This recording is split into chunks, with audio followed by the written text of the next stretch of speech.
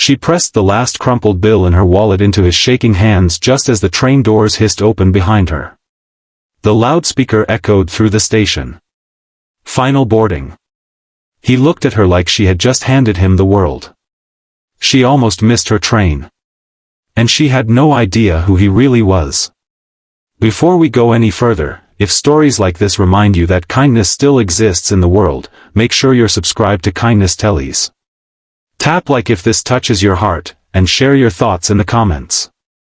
Your stories of kindness might be the next one we tell. Her name was Elena Martinez, and on that cold Thursday evening, she had exactly $10 to her name. Elena lived in a small apartment on the edge of a busy Chicago suburb. The paint peeled near the window in her kitchen, and the heater made a clicking sound that kept her up most nights. She worked 2 jobs, mornings at a local diner pouring coffee and late afternoons shelving books at the public library.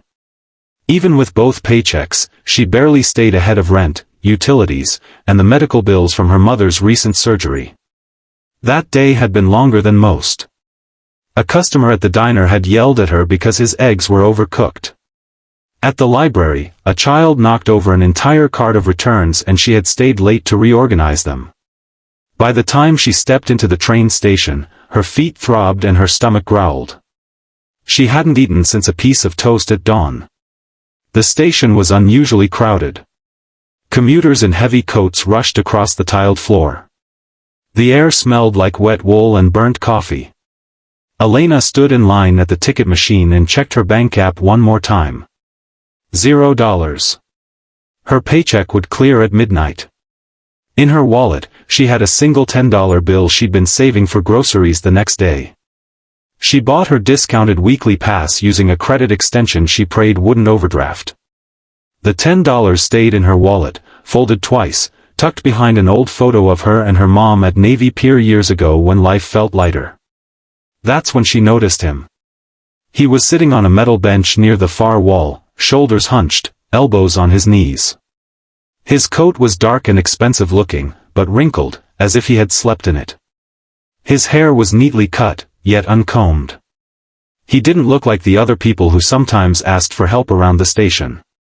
He looked lost. As she walked past, she heard him quietly ask a man in a suit, "Excuse me, sir, could you spare a few dollars for a ticket?" The man didn't even slow down.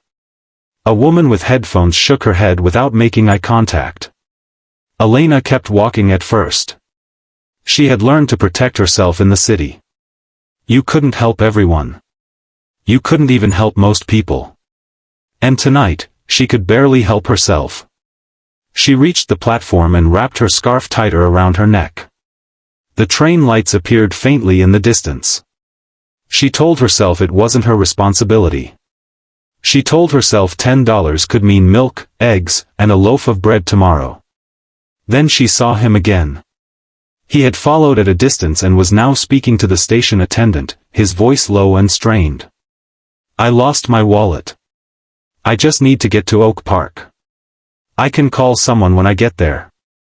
The attendant shook his head apologetically. "No ticket, no ride." Something in his voice made Elena turn fully toward him. It wasn't desperation alone. It was embarrassment. The kind that burns hotter than hunger. The kind that makes you swallow your pride just to ask a stranger for help. The train horn sounded louder now. Elena felt her heart pound. She could pretend she didn't see. She could board the train and go home, heat up canned soup, and try not to think about the man on the bench. Instead, she walked toward him. Up close, she noticed his hands were trembling slightly, whether from cold or nerve she couldn't tell. His eyes were tired but clear. Not unfocused. Not intoxicated. Just exhausted. "I heard what you said," she told him gently. "How much is the ticket?" He hesitated, as if ashamed to answer. $10. The number hit her like a small punch to the chest. $10. Exactly what she had. For a second, she thought maybe she should offer $5. Maybe someone else would give the rest. Maybe she should apologize and walk away. But she saw her mother's face in her mind. Her mother, who always split her last sandwich in half if someone else was hungry. Her mother, who used to say, "When you don't have much, you understand what it means." The loudspeaker announced final boarding. Elena opened her wallet. The bill felt heavier than it should have. She unfolded it slowly and pressed it into his hand. "It's not much," she said, managing a small smile. "But it should get you there." His eyes widened. "I can't take your last." "It's okay," she interrupted softly. "Just get home." The train doors slid open behind her with a sharp hiss. He stared at her like he was trying to memorize her face. "I'll pay you back," he said quickly. "I promise." She shook her head. "Just pay it forward someday." Then she turned and ran, barely slipping through the closing doors as they shut. On the ride home, doubt crept in. She leaned her forehead against the cool glass window and wondered if she had been foolish. She had no groceries. No backup plan. Just hope that her paycheck would clear without a glitch. That night, she ate the last can of soup in her cabinet and went to bed early to ignore the hunger in her stomach. The next morning, her paycheck still hadn't cleared. By noon, her phone buzzed with a notification. Her bank account was overdrawn by $34 due to an automatic utility payment. She sat on the edge of her bed, staring at the screen, feeling a tightness build in her chest. She almost laughed at herself. $10. That was all she had. And she had given it away. For the next few days, she stretched what little she had. A coworker at the diner shared leftover pancakes. At the library, a regular patron brought in homemade muffins and insisted she take a few. She didn't tell anyone about the train station. She didn't want pity. She just kept moving. By Monday afternoon, she had almost forgotten about the man. That was when the library manager called her into the office. "There's someone here asking for you," the manager said, eyebrows raised. "Says it's important." Elena wiped her hands on her jeans and stepped into the lobby. He was standing near the front desk, wearing a tailored navy suit that fit perfectly. His hair was neatly styled now, and he looked different. Confident. Composed. The exhaustion was gone. For a second, she didn't recognize him. Then he smiled. "I was hoping I'd find you here," he said. Her stomach flipped. "You made it to Oak Park." "I did," he replied. "Thanks to you." He explained that his car had been stolen while he was meeting with a potential business partner downtown. His wallet had been inside. His phone battery had died. He had tried everything before finally asking strangers for help. "I've built companies from nothing," he said quietly. "I've negotiated million-dollar contracts. But asking for $10 was the hardest thing I've done in years." Elena felt heat rush to her cheeks. "I just did what anyone would." He shook his head. "No. They didn't." He told her his name was Daniel Harper.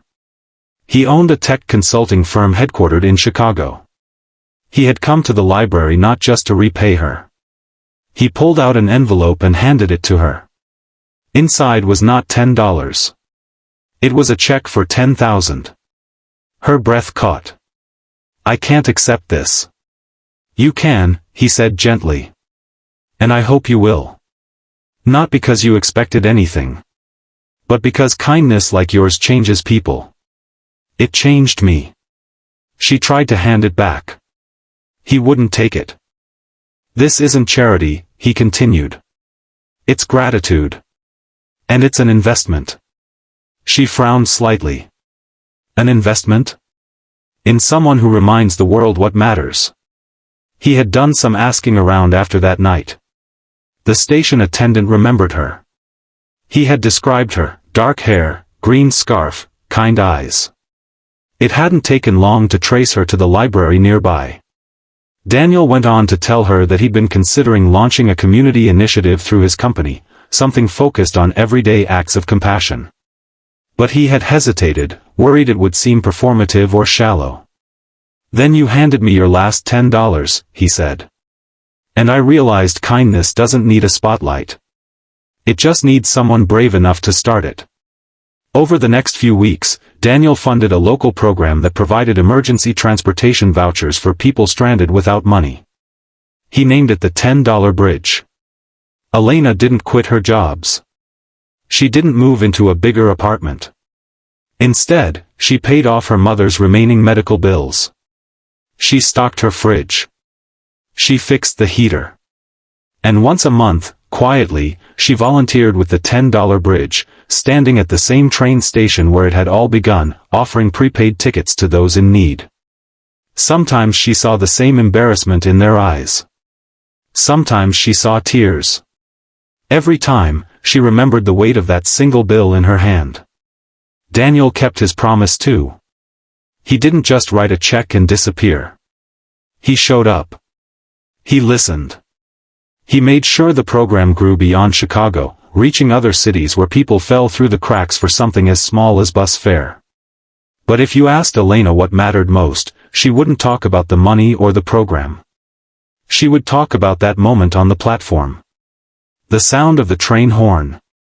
The choice she almost didn't make. Kindness isn't always convenient.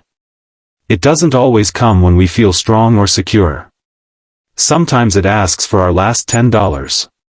Sometimes it asks for courage when we're already tired. What Elena learned is that generosity isn't about how much we have. It's about who we choose to be when faced with someone else's need. Years later, when people share stories about the $10 Bridge and how it helped them get to a job interview, or home to their kids, or to a hospital in time, they rarely know about the woman who started it all with a single crumpled bill. But that's the beauty of it. A quiet act. A small sacrifice. A ripple that became a wave. If this story moved you, let it remind you that you never know who's standing in front of you, or how far your kindness might travel. Maybe it won't lead to a check for $10,000. Maybe it will simply lead to someone sleeping a little easier that night. And that's enough. Tell us in the comments about a time you gave, even when it was hard. Or a time someone showed up for you when you needed it most. Because every story of kindness adds another bridge in this world.